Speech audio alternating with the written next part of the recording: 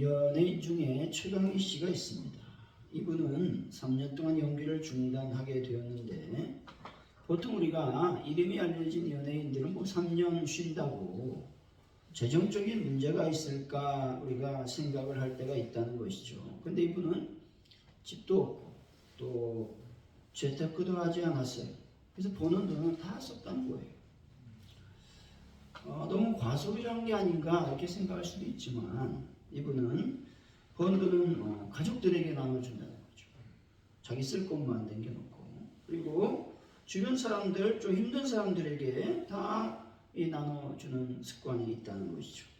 이분뿐만 아니라 이분은 자기 의지로 이제 중단한 것이고, 또 타의적인 중단을 말미암아 연예인 생활을 못하는 분들은 생활 때문에 아르바이트를 해야 된다는 것이죠. 저 씨의 처음 시작한 알바는 친구가 하는 고깃집에서 일했다는 거, 한 4개월 정도 일했다는 것이죠. 그리고 어떤 지인분의 어떤 집을 청소해달라는 부탁으로 한 1년간 가사 도우미를 했다라고 하는 것입니다. 어떤 분들은 생활 이외에 빠듯한 재정 때문에 아르바이트를 하게 됩니다. 어떤 분은 택시 운전을 하기도 하고, 어떤 분은 음식점에서 서빙을 하기도 한다는 것이죠. 또 어떤 분은 택배를 하기도 한다는 것이죠. 이처럼 먹고 살기 위해 열심히 일하는 분들이 있다라는 것이죠. 열심히 일하는 분들의 특징을 한마디로 말한다면 생활력이 강하다라고 말할 수 있습니다. 생활력이 강하다라는 말은 삶을 살아갈 수 있는 힘이 강하다라는 의미가 있습니다. 생활력이 강한 사람의 특징은 어떤 것들이 있는가? 첫째로 회복력이 빠르다는 것이죠. 무슨 말이냐? 우리가 인생을 살다 보면 좌절하고 실패할 때가 있다는 것이죠. 그런데 이 어려움을 겪었더라도 빠르게 다시 일어나 앞으로 나아가는 회복력을 갖고 있다라고 말하는 것이죠. 둘째로 문제의 해결 능력이 있다는 것이죠. 다시 말해 어려운 상황에서도 해법을 찾아내고 실용적인 방법으로 문제를 극복하는 탁월한 능력을 가지고 있다라는 것입니다. 셋째로 책임감이 강하다는 것이죠. 자신에게 주어진 일이나 상황에 대하여 책임감을 가지고 성실하게 대처를 한다라고 하는 것입니다. 이런 분들은 지인분들에게도 신뢰를 주는 분들이라고 하는 것이죠. 넷째로 자기의 주도성을 가지고 있다는 것이죠. 스스로 동기를 부여하고 필요한 일을 찾아서 처리할 수 있는 능력을 갖고 있다는 것이죠.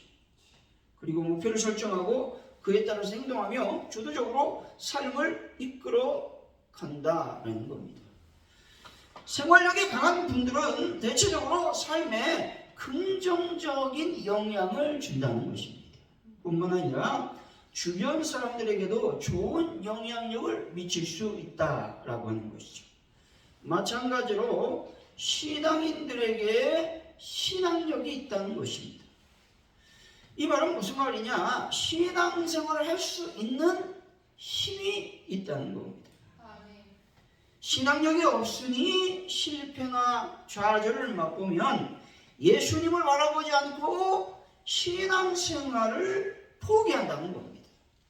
고난이 오고 시련이 온다 할지라도 반드시 하나님께서 나를 도와주신다고 하는 신앙력이 있으면 능히 그 상황을 뚫고 나갈 수 있는 것입니다.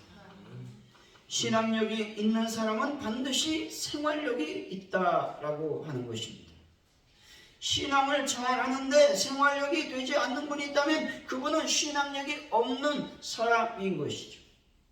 생활력이 있는 사람이 신앙력이 없을 수 있습니다. 하지만 신앙력이 있는 사람은 반드시 생활력이 있는 사람이라고 하는 것입니다.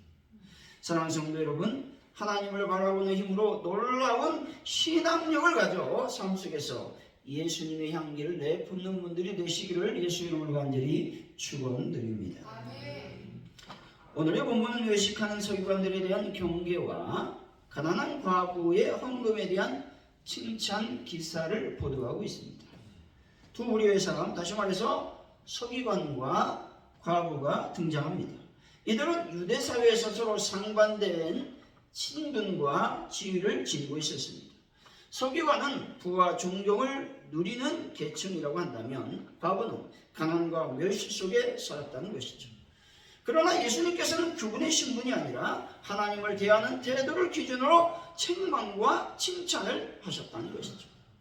이런 예수님의 태도는 세상적 조건이 하나님 나라의 평가 기준이 아님을 보여주고 있는 것입니다. 다시 말해 비록 세상에서 아무리 많은 사람들로부터 칭찬과 존경을 한 몸에 받는다 할지라도 하나님 앞에서 겸손히 자신의 모든 것을 바쳐 헌신하지 않는다면 절대로 하나님 나라에 합당한 자로 인정을 받을 수 없다라고 하는 것입니다. 오늘 본문을 통해서 신앙력이라고 하는 제목으로 어떻게 하면 신앙생활에서 힘을 잃지 않고 날마다 새로운 힘으로 신앙생활을 할 수 있을지 하나님의 은혜를 나누도록 하겠습니다. 어떻게 하면 신앙력이 높아져 날마다 새로운 힘을 발휘하며 살아갈 수 있겠습니까? 오늘 본문은 첫째로 겸손해야 된다고 말씀합니다. 38절 39절이죠. 시작. 예수께서 이르시되 가르칠 때에 긴 옷을 입고 다니는 것과 시장에서 문안받는 것과 회당의 높은 자리와 잔치의 윗자리를 구하는 서기관들을 삼가라. 아멘. 서기관들은 긴 옷을 입고 다녔다는 것입니다. 여기서 서기관의 의복은 세마포의 통옷, 그리고 땅에 닿는 백색의 긴 두루마리 형태의 옷을 말하고 있다는 것이죠.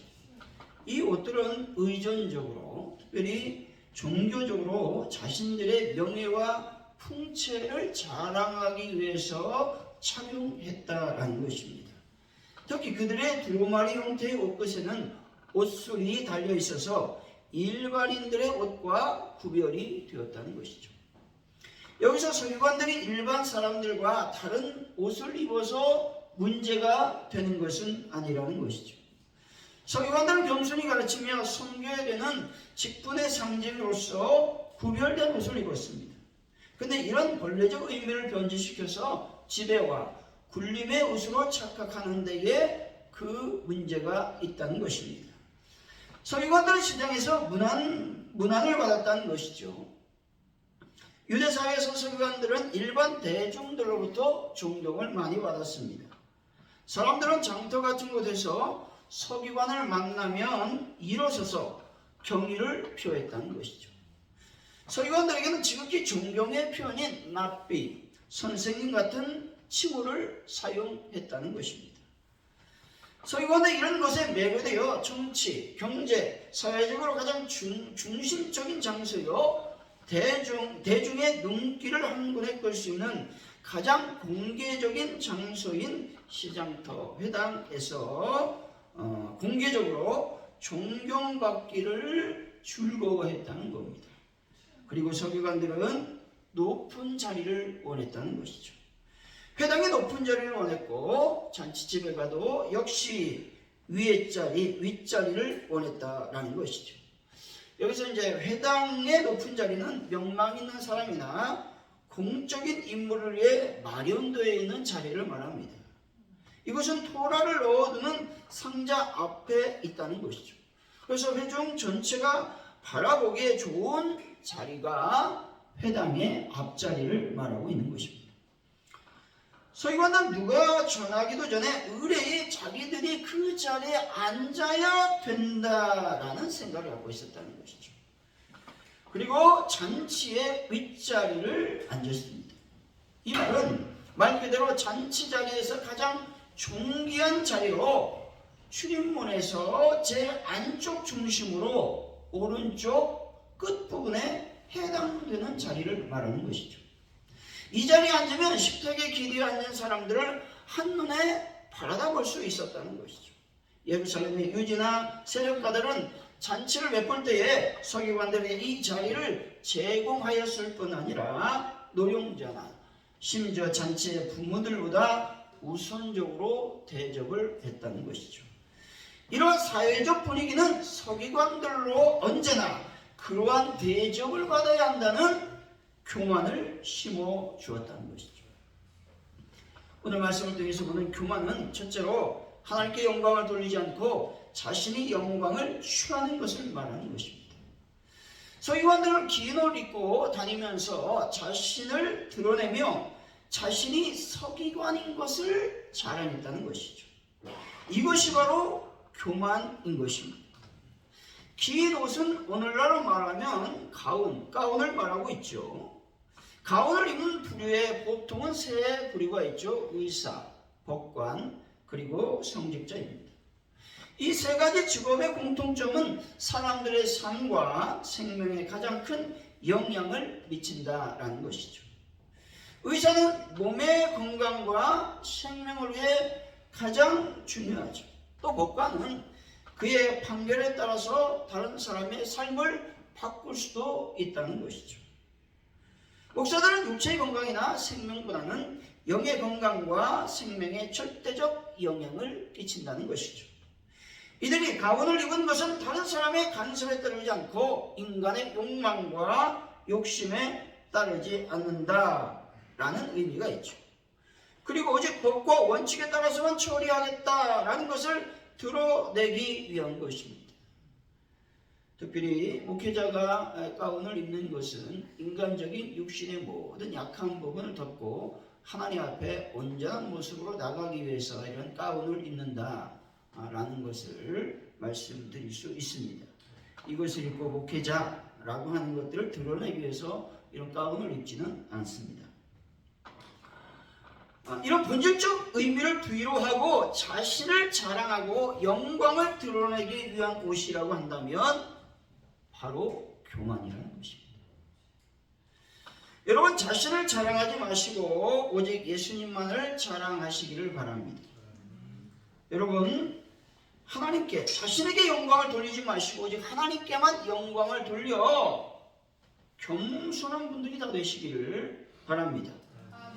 둘째로 존경을 받고 대접받기를 원하는 것이 교만인 것입니다.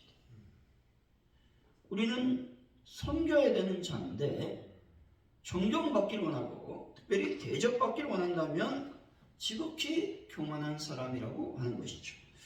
서기관들은 공개적 장소에서 공개적인 존경을 받기를 원했다는 것이죠. 그리고 잔치의 상석, 회당의 상석을 원했습니다. 왜냐하면 자신을 드러내기 위해서 그랬다는 것이죠. 하지만 성경의 원리는 대접을 받는 것이 아니라 대접하는 것이 율법이라고 말씀하고 있는 것입니다. 마태복음 7장 12절의 말씀이죠. 그러므로 무엇이든지 남에게 대접을 받고자 하는 대로 너희도 남을 대접하라. 이것이 율법이요 선지자니라.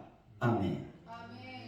여기서 남을 대접하라 이 말은 무슨 말이냐? 내가 주었으니 너도 나에게 주어야 된다 라고 하는 타산적인 계산을 말하는 것이 아니죠. 이 말씀은 서로의 권리 주장을 앞세우지 말고 겸손하게 먼저 사랑을 행하라는 의미가 있는 것이죠. 다시 말해서 희생적, 능동적, 적극적 사랑 운동을 타인에게 기대하기 전에 자기가 먼저 시작함으로써 모든 사회의 악순환을 제거하라고 하는 명령의 말씀인 것입니다. 여러분 잘 알고 있는 소설의 레미제라블에 보면 주인공이 장발장이죠. 장발장이 배고픈 조카를 위해서 빵 한 조각을 훔쳐갖고 몇 년을 옥살이야 합니까? 19년을 옥살이야 합니다. 인간적인 대접을 받지 못하는 자가 되었다는 것이죠. 그래서 가석방되어서 추록을 하지만 아무도 그를 써주는 사람이 없었고 받아주는 사람이 없었습니다. 왜냐하면 범죄자였기 때문에 그렇습니다. 근데 어느 날 그를 영접한 분이 있었는데 신부님이 그를 따뜻하게 맞아주었습니다. 배불리 먹게 해주고 또 잠자리도 제공했다는 것이죠. 근데 정발장은 은혜를 모르는 배은망덕 행동을 하게 되었다는 것이죠. 은 촛대를 훔쳐서 탈환하다가 붙잡혔죠. 그랬을 때 신부님이 아니다, 내가 그에게 선물을 줬다 라고 하는 말로 그를 변호해 줌으로 말미암아 다시 감옥에 가지 않았다는 것이죠. 장발장은 태어나서 처음으로 인간다운 대접을 받았기 때문에 너무 감동을 받았다는 것이죠. 이후 장발장은 자수성가에서 한 도시의 시장이 되었고 불쌍하고 연약한 코제트라고 하는 소녀를 친딸처럼 돌봐주었다는 것이죠. 근데 갑자기 자베로 경감이 이제 등장하게 되죠. 그래서 그는 장발장의 과거 행적을 조사해서 폭로하려고 했다라는 것이죠. 근데 결국 두 사람의 결론은 극명하게 차이가 났습니다. 자베르 경감은 정죄와 미움 때문에 결국 극단적 선택을 하게 되었습니다. 이처럼 우리가 사람을 대할 때 자베르 경감처럼 남의 허물을 찾아 비판하고자 한다면 다른 사람도 괴롭히는 것이 되는 것이고 자신도 괴롭게 된다라고 하는 것이죠.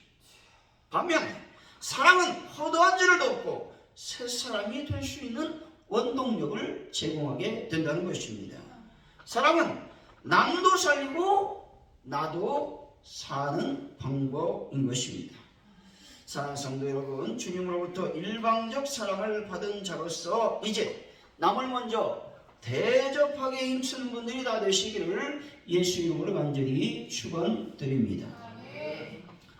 어떻게 하면 신앙력이 날마다 높아져 새로운 힘을 발휘하며 살아갈 수 있겠습니까? 둘째로 나 자신을 드릴 수 있어야 되는 것입니다.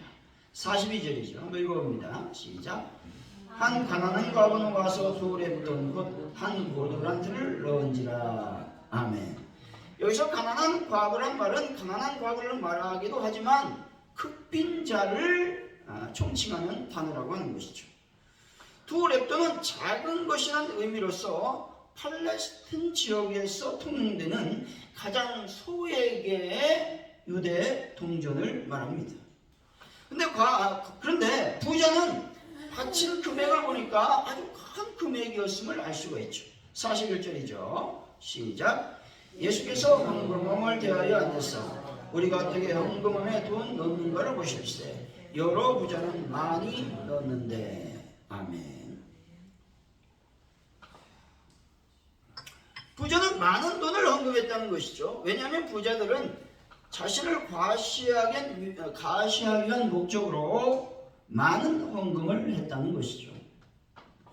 이 당시에 헌금할 때는 이 헌금의 액수도 알 수 있고 또 헌금을 하고 나면 그 액수에 대해서 이제 공포하는 시간을 갖고 있었다라고 하는 것이죠. 그래서 이제 누가 얼마 내는지를 다 알 수 있는 그런 공개적인 헌금 방식을 취한 이 당시의 헌금 방식이었습니다. 당시에 그런데 예수님의 평가는 부자가 많이 넣은 것에 대해서 칭찬하지 않았습니다. 예수님의 칭찬은 과부가 드린 헌금에 대해서 칭찬했다는 것이죠.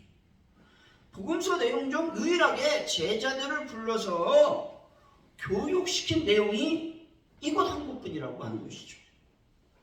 그만큼 물질 봉헌이 우리 신앙의 중요한 요소임을 말하고 있다는 것입니다. 43절, 44절 한번 읽어보죠. 시작. 예수께서 제자들을 불러다가 이르시되 내가 진실로 너희에게 이르노니 이 가난한 과부는 헌금함에 모든 사람보다 많이 넣었도다. 그들은 다 그 풍족한 중에 넣었거니와 이 과부는 그 가난한 중에서 자기 모든 소유 곧 생활비 전부를 넣었느니라 하시니라. 아멘. 예수님은 가난한 과부의 보잘것없는 헌금을 높이 평가하셨다는 것이죠. 왜냐하면 그 과부는 그날 자기가 먹고 살 생활비 전부를 드렸기 때문인 것입니다. 부자는 소유 중 일부를 드렸고 이 가난한 과부는 모두 드렸다는 사실이 예수님을 감동시켰다는 것이죠. 과부는 자기의 그날 생활비 전부를 바침으로 자기의 모든 것을 바쳤다라는 것이죠.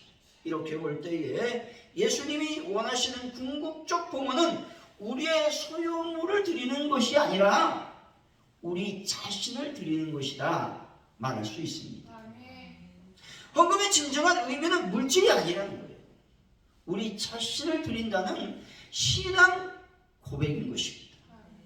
예수님이 정말 원하시는 것은 돈 몇 푼이 아니라는 겁니다. 우리의 마음과 몸, 즉 우리 자신을 예수님은 원하고 계신 것이죠. 그러면 여러분, 하나님께 우리 몸과 마음을 온전히 드리게 힘쓰는 분들이 되시기를 바랍니다. 고린도후서 8장 6절이죠. 우리가 바라는 것뿐 아니라 그들이 먼저 자신을 주께 드리고 또 하나님의 뜻을 따라 우리에게 주었도다 말씀합니다.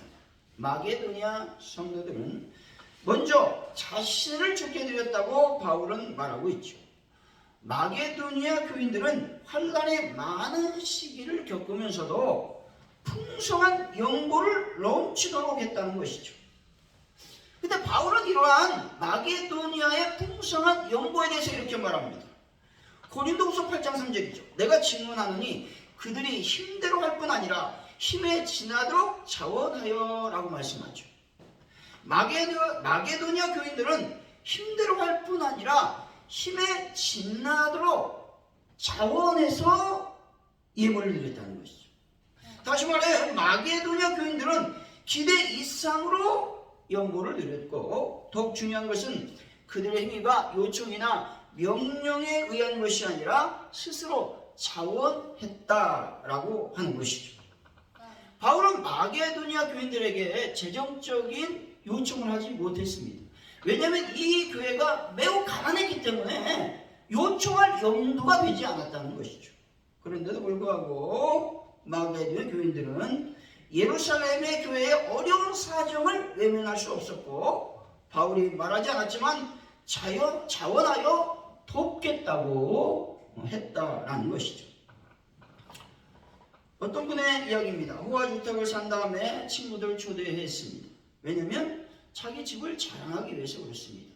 가전제품도 외국으로 다 들여놓고 또 가구들도 외국 좋은 제품들로 다 집안 구석구석을 채워 넣었습니다. 친구들이 막 오니까 너무 멋있잖아요. 예쁘고. 그러니까 사람들이 다 이제 입이 벌어져서 부러워하기도 하고 막 칭찬합니다. 이것은 어디 거냐? 야, 이태리제야. 야, 이것은 미국제야. 이렇게 얘기하면서 자랑을 했다는 것이죠. 이때 이 사람이 의수되면서 다시 한번 칭찬을 듣고 싶어서 어떻습니까? 어떻게 생각들 하십니까? 이렇게 물어보았습니다. 아낌없이 찬사를 기대했죠. 그런데 어떤 사람이 생각지도 못했던 의외의 대답을 했습니다. 여보게, 참 훌륭하네만 솔직히 자네에게 말하는데 이것을 가지고 살다가 죽을 때는 정말 힘들겠네, 이렇게 물었다는 것이죠. 왜냐하면 이제 이거 죽을 때 다 놓고 가야 되니까 얼마나 아깝겠습니까? 이 땅에 부러울 것이 없이 지내다 보면 죽음을 맞이할 때 아까워서 죽지 못한, 눈을 감지 못한 사람들이 있다는 것이죠. 아무리 많은 물질, 호화로운 아파트를 소유하고 있다 할지라도 죽을 때는 모든 것을 남겨두고 가야만 되는 것입니다. 때문에 여러분, 하나님께 드리는 것을 아까워하지 마시기를 바랍니다. 예수님과 세리요한은 한참 나이 30대에 자신을 들여서 하나님께 죽도록 충성했습니다. 여호수아는 70세까지 모세의 시종으로 충성하다가 40년간 하나님께 충성하면서 110세에 하나님의 부르심을 받았습니다. 하나님의 말씀을 따라 살았던 아브라함도 역시 몇 세 때에 하나님의 부르심에 순종했습니까? 75세에 하나님의 부르심에 순종하여 하나님의 길을 따라갔다는 것이죠. 모세는 어떻습니까? 80세에 헌신합니다. 40년 동안 하나님께 충성하다가 120세에 죽음을 맞이했다는 것이죠. 성경의 인물들뿐만 아니라 많은 우리의 선진들이 하나님께서 부르실 때에 자신을 드려서 충성했다는 것이죠. 로마서 10장 1절이죠. 그럼 형제들아, 내가 하나님의 모든 자비하심을 너희를 권하느니 너희 몸을 하나님이 기뻐하시는 거룩한 산 제물로 드리라. 이는 너희가 드릴 영적 예배니라 말씀하죠.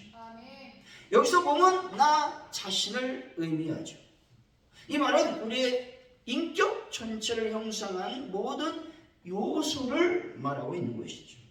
근데 이것은 세상과 이웃과의 관계 속에서 구체적인 삶으로 표현되는 삶의 여러 행태까지 또 양태까지를 포함하는 말이 나의 몸을 이야기한다는 것이죠. 다시 말해 나의 재능, 나의 시간, 나의 소유 등 나의 일부분을 드리는 것이 아니라 난 몸의 전체 또 내 존재 전부를 하나님께 드리는 것을 의미하고 있다는 것이죠. 이 말을 한마디로 말하면 헌신이다 라고 말할 수 있습니다. 헌신이라고 하는 말 자체가 내 몸과 내 자신을 드린다라는 의미가 있다는 것이죠. 여러분들의 전부를 드려 새로운 힘을 얻어 날마다 신앙력을 높여가는 분들이 되시기를 간절히 예수 이름으로 축원드립니다. 결론적으로 어떻게 하면 신앙력이 높아져 날마다 새로운 힘을 발휘하며 살 수 있겠습니까? 첫째로 겸손하시기 바랍니다. 둘째로 나 자신을 드리는 분들이 되시기 바랍니다. 사랑하는 성도 여러분, 나 자신을 드리시고 항상 겸손함으로 말미암아 신앙생활에 새로운 힘을 얻는 신앙력을 회복하는 또 얻는 분들이 되시기를 예수 이름으로 간절히 축원드립니다. 기도합니다. 하나님 아버지 감사합니다. 이 시간 나의 신앙할 수 있는 힘을 허락하여 주옵소서. 날마다 겸손한 삶을 살고 나 자신을 주께 드림으로 말미암아 이 놀라운 신앙력이 높아져 하나님을 영화롭게 드리는 자들이 다 될 수 있도록 복을 더하여 주옵소서. 감사합니다. 예수님의 이름으로 기도하옵나이다. 아멘.